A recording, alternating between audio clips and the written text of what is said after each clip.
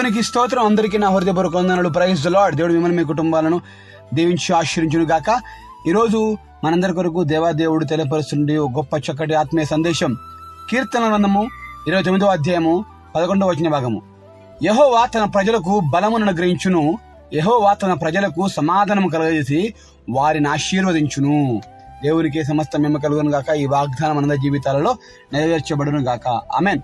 ఈరోజు దేవాదేవుడు మనందరి కొరకు తెలియపరుస్తుండే గొప్ప చక్కటి ఆత్మీయ సందేశం ఏంటంటే, తన ప్రజలకు దేవుడు బలమును అనుగ్రహిస్తానని మాటిస్తా ఉన్నాడు. బలహీనంతో నువ్వు ఉన్నావా, బాధతో ఉన్నావా, దేవుడు బలమును అనుగ్రహిస్తాడు. అనుగ్రహం అంటే నీకే సొంతం చేస్తానట్టు. మరెన్నడూ బలహీనపరచబడకుండా బలాన్ని ఇస్తానని మాటిస్తా ఉన్నాడు. బైబిల్లో గొప్ప మాట ఏంటంటే, నేనెప్పుడు బలహీననో అప్పుడే బలవంతుని అనుకునగలను కదా అనేటువంటి వాక్య భాగాన్ని నువ్వు గుర్తు చేసుకోవాల్సిన అవసరం ఉన్నది. ప్రియ దేవుని బిడ్డ, ఏ బలహీనతను నువ్వు బాధపడుతున్నావు, ఆ దేవుడు నీకు తెలియని బలమును, ధైర్యాన్ని అనుగ్రహిస్తా ఉన్నాడు. మనం కొన్ని రకాల ఇన్సిడెంట్స్ మనకు జరిగినప్పుడు, బాధాకరమైన ఇన్సిడెంట్స్ జరిగినప్పుడు మనం చాలా బలహీనపరచబడతా ఉంటాం. ఇంకా నా స్థితి ఏంటి, నా గతి ఏంటి, నా పరిస్థితి ఏంటి, ఇప్పుడు ఎట్లా ఏం చేయాలని బాధపడతా ఉంటాం. దేవుని బిడ్డ, ఖచ్చితంగా తన ప్రజలకు, ఎవరికి? తన ప్రజలకే దేవుడు బలమును, సమాధానమును అనుగ్రహించి నిన్ను ఆశీర్వదించబోతా ఉన్నాడు. దేవునికి సమస్త మేము కలుగును గాక. ఆమేన్. ప్రియాతిపినండి దేవుని కుమారుడా, కుమార్తె, బలహీనంతో ఉన్నా గానీ బలమునిస్తాడు. అదేవిధంగా సమాధానము. నీ ఇంట్లో సమాధానం లేదా, సంతోషం లేక, సమాధానం లేక, బాధతో, దిగులుతో విసికి వేసారిపోతున్నావా? కుటుంబంలో భార్యాభర్తలకు సమాధానం ఉండక చాలా మంది బాధపడుతూ ఉంటారు. తల్లిదండ్రులతోటి, అత్తమామలతోటి సమాధానం లేక, ఇరుగు పొరుగు వారు సమాధానం లేక. చూడండి ప్రజలు బిడ్డలారా, దేవుడు చెప్తున్నాడు అంటే, సమాధాన పడండి. మీరు ప్రార్థన చేసినప్పుడు మీ ప్రార్థనకు జవాబు రావాలంటే ముందు మీరు వెళ్ళి నీ సహోదరులతో, నీ తెలిసిన వారితో, ఎవరితో నువ్వు జగడం ఉందో, ఆ యొక్క కోపతాపాలున్నాయో వారితో మీరు సమాధాన పడండి. అప్పుడు మీ ప్రార్థన ఆలకిస్తాను అని దేవుడు తెలియపరుస్తున్నాడు. అయితే దేవుడు చెప్తున్న మాట ఏంటంటే, నేను నీకు సమాధానం అనుగ్రహిస్తాను. నువ్వు వెళ్ళి ప్రయత్నం చేసినప్పుడు వాళ్ళు అంగీకరించట్లేదా? దేవుడు చెప్తున్నాడు, నేను ఇక్కడి నుంచి నీకు సమాధానం ఇవ్వబోతున్నాను. బలముతో పాటుగా సమాధానాన్ని ఇస్తాను మాటిస్తున్నాడు.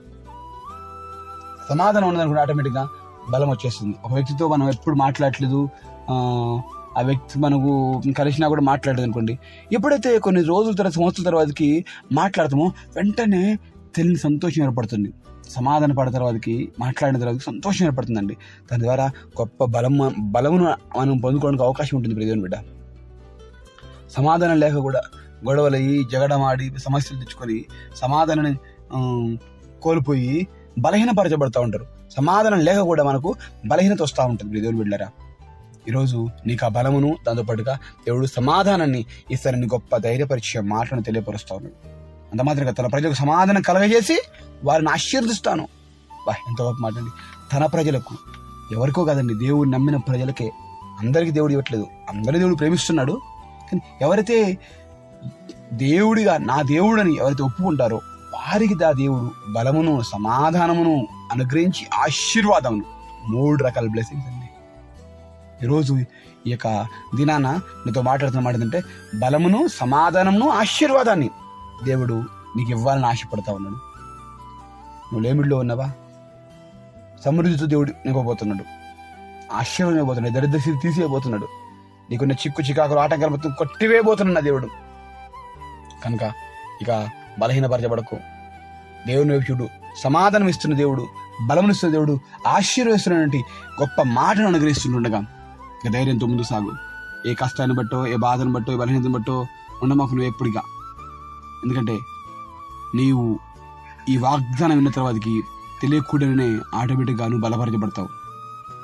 ఎంతమందినో బైబిల్ గ్రంథంలో దేవుడు వాగ్దానం ద్వారా బలపరిచాడు.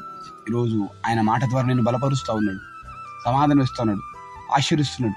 ఈ మాట నమ్మితే చాలు, ఆమెన్ అంటే చాలు, దేవుడు ఆటోమేటిక్గా ఫోన్ బ్యాటరీ 0% వచ్చింది కాస్త ఆమెన్, ఎస్ ఈ వాగ్దానం పొందుకుంటున్నాను, I received in the name of Jesus నువ్వు అనగానే ఆటోమేటికల్లీ నీ యొక్క 0% బ్యాటరీ మొత్తం కూడా ఏమైందంటే 100%గా మార్చబడుతుంది. అది నిజంగా ఫోన్ బ్యాటరీ కాదండి చెప్పేది, నీ యొక్క ఆత్మీయ స్థితి, నీ మనస్సు 0కి వెళ్ళా కానీ వెంటనే 100 దాకా వచ్చేస్తుంది. ప్రియ దేవుని బిడ్డ, నువ్వు ఒంటరితనంతో బాధపడుతున్నావా? కృషించిపోయావా?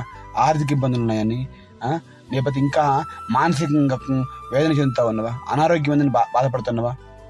నీకున్న సమస్యలన్నింటినీ నా దేవుడు ఖచ్చితంగా తీసివేయబోతున్నాడు. నీ బాధలు తీసేయబోతున్నాడు. నీకు సమాధానం దేవుడు ఇవ్వబోతున్నాడు. బలహీనత తీసేయబోతున్నాడు. బలం ఇవ్వబోతున్నాడు. ఆరోగ్యం ఇవ్వబోతున్నాడు. సంతోషం ఇవ్వబోతున్నాడు. సమాధానం ఇవ్వబోతున్నాడు. ఆశీర్వాదం, ఐశ్వర్యమును, శ్రీమంతుడైన దేవుడు, మహిమైశ్వరుడైన దేవుడు నీకు అది ఇవ్వబోతున్నాడు. కనుక ఈ మాటలు నమ్మినట్లయితే నాతో పాటు ఈ యొక్క వాగ్దానాన్ని నేను పొందుకుంటున్నాను, నేను నా జీవిత వాక్యం నెరవేర్చబడుతుంది అని నమ్మి ప్రార్థించు. దేవుడు ఈ యొక్క వాక్యాన్ని, వాగ్దానాన్ని నీ జీవితంలో నెరవేర్చును గాక. ఆమేన్. ప్రార్థన చేస్తున్నాం. ప్రార్థన. మహాగణుడ, పరిశుద్ధుల, ప్రేమగల తండ్రి, వందనాలు, స్తోత్రం, జీవితం సహాయం దయచేయడం. నీ వాక్య వాగ్దానము బలమును, సమాధానము, ఆశీర్వాదం ఇస్తాను మాట ఇచ్చావు ఈరోజు ప్రభా తండ్రి. వందనాలు ప్రభా తండ్రి. బలహీనతతో ఉన్నాము, సమాధానం లేకుంటున్నాము అయ్యా తండ్రి. ఆశీర్వాదం లేకుండా జ్ఞాపకం చేసుకోండి. బలమును, సమాధానం, ఆశీర్వాదాలు దయచేసి వేడుకుంటున్నాం ప్రభా.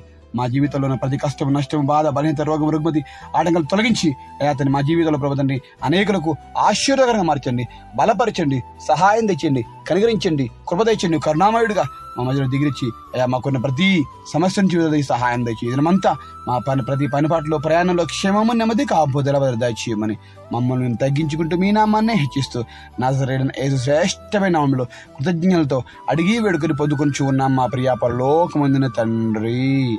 ఆమేన్, ఆమేన్, ఆమేన్.